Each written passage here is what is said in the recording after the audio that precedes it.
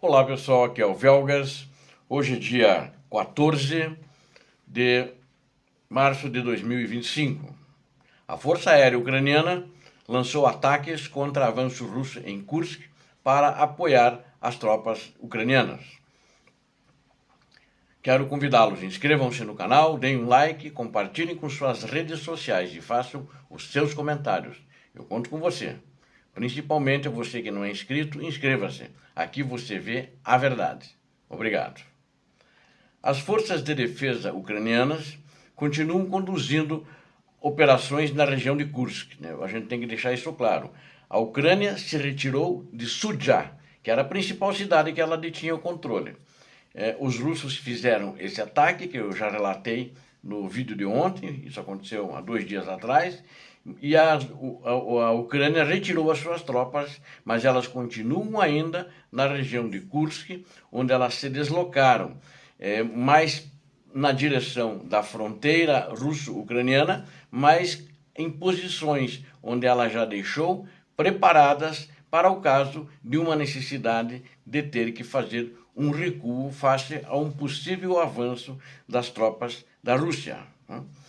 A situação ela tornou-se cada vez mais perigosa ali ao norte de Kursk.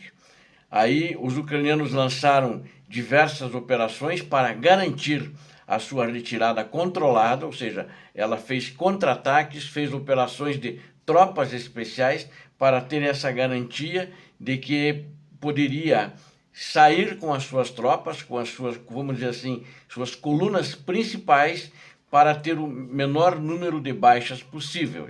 Né? Bom, a Ucrânia teve baixas? Teve. Né? Ucranianos foram feitos prisioneiros? Foram, com certeza.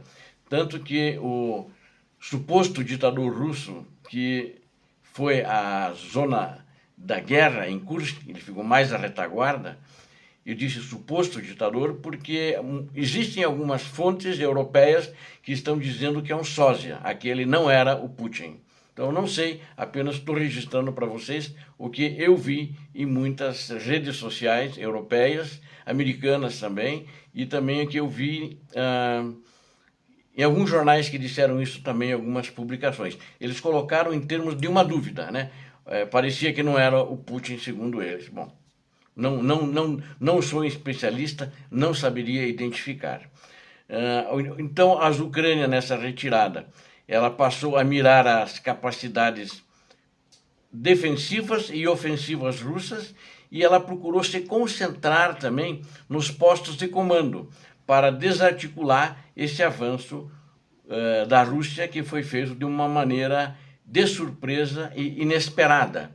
Inesperada não era, mas da maneira que foi feita, depois que o compartilhamento de informações com o principal aliado, agora aliado entre aspas, os Estados Unidos da América, acho que essa foi a grande causa, então não compartilharam informações e aí deu esse problema todo.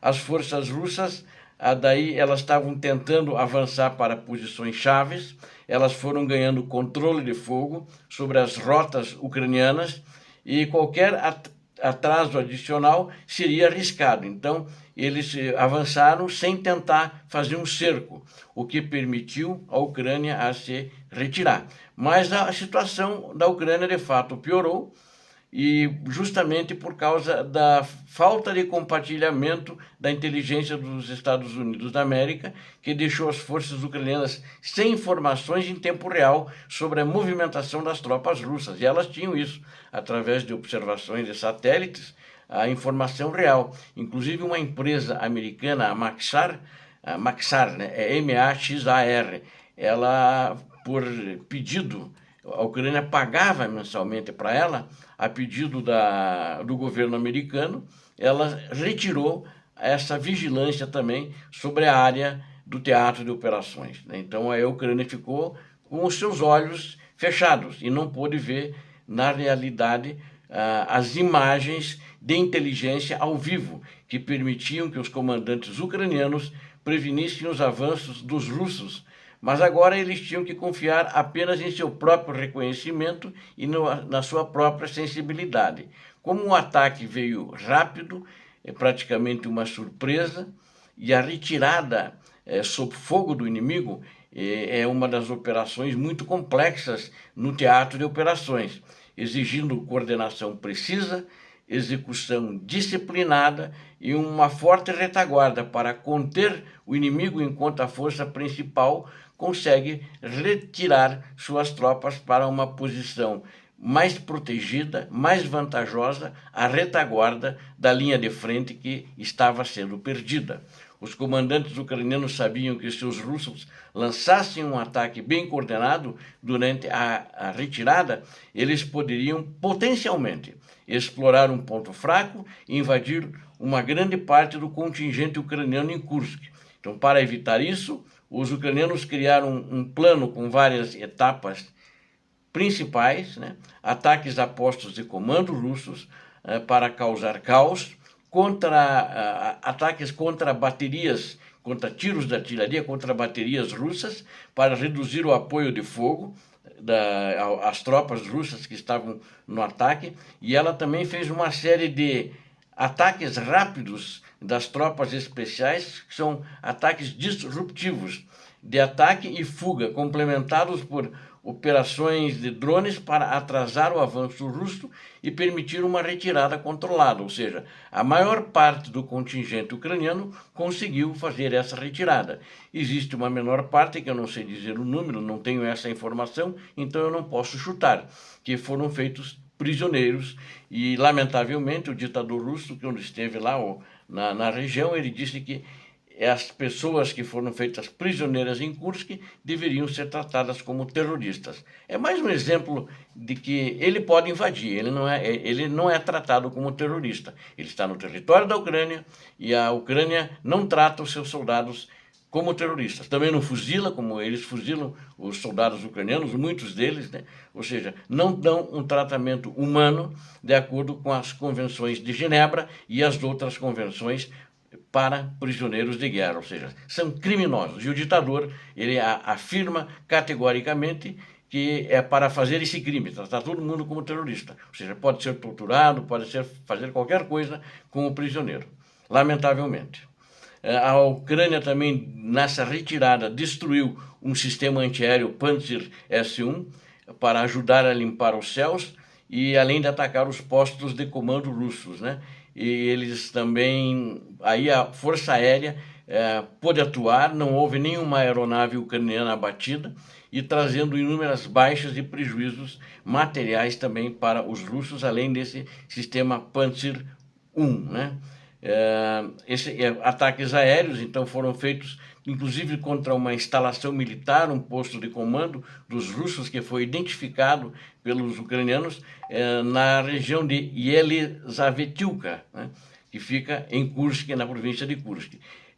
Nesse momento, ela por um tempo interrompeu a coordenação russa, porque perdeu a coesão e ímpeto antes mesmo de eles começarem a atacar, porque, vamos dizer, cortou a cabeça da serpente, né?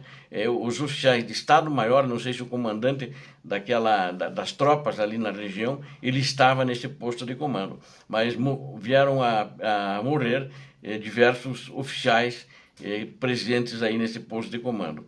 E eles conduziram também muitos ataques contra a artilharia, como eu disse, para reduzir a capacidade russa de disparar contra a principal força ucraniana durante sua retirada. Quase a totalidade da principal força ucraniana foi preservada. Apesar de seus preparativos, as tropas ucranianas enfrentaram grande perigo, né? E então enviaram algumas de suas unidades de retaguarda para conduzir vários ataques de ataque e fuga, altamente móveis, impedindo que as forças russas avançassem mais rápido, ou seja, para dar mais lentidão ao exército russo. Outro ataque de forças especiais conseguiu confundir os russos com sucesso, pois esperavam que os ucranianos se retirassem, mas foram confrontados por uma série de contra-ataques localizados, onde os ucranianos dominaram e eliminaram os soldados russos despreparados para isso, né? Eles não estavam esperando e também eram soldados com pouca experiência. Segundo informações, acharam que os soldados eram pouca experiência e se assustavam facilmente.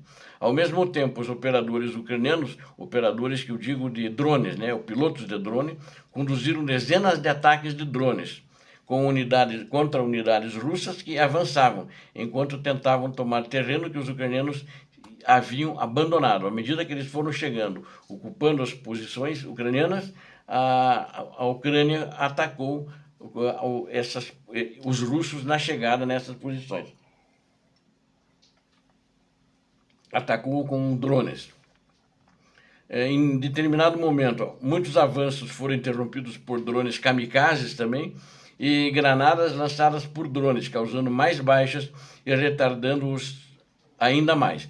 Esses esforços combinados criaram uma janela de oportunidade crucial, permitindo que a principal força ucraniana executasse uma retirada ordenada, ou seja, não foi na confusão. Para as primeiras tropas russas que chegaram, provavelmente houve uma surpresa, um caos, uma confusão, e aí, inclusive, alguns militares ucranianos foram feitos prisioneiros. Mas a força principal ucraniana conseguiu retirar sem ser molestada, né? Molestada que eu digo em termos, eles foram bombardeados, né? E tiveram baixas, mas a maior parte da coluna principal que estava se retirando foi preservada.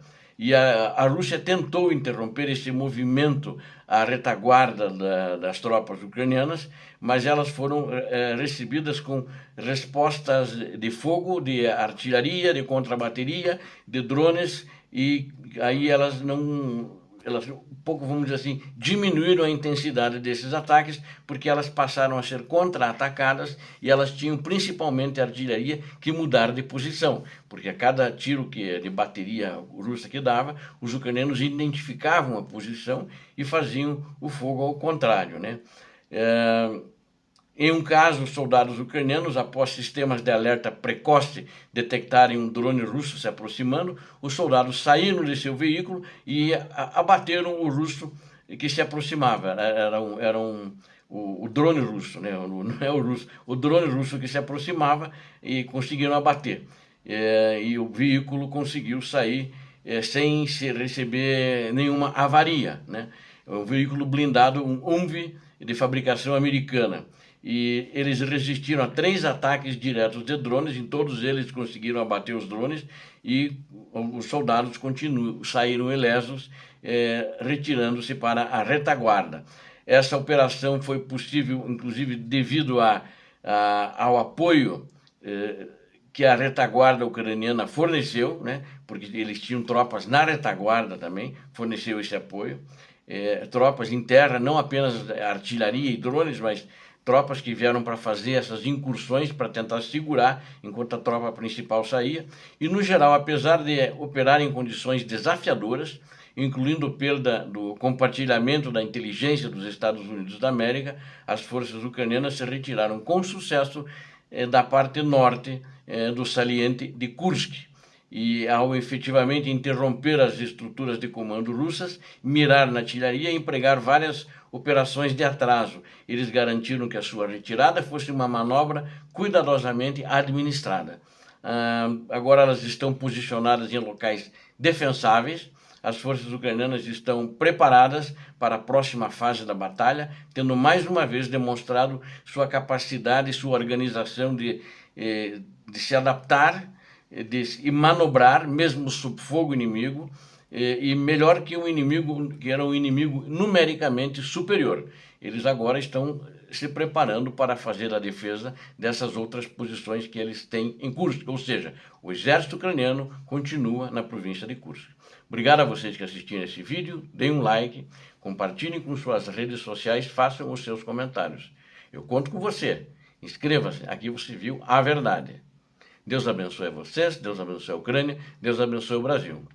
Paz e bem, paz para toda a humanidade. Muito obrigado.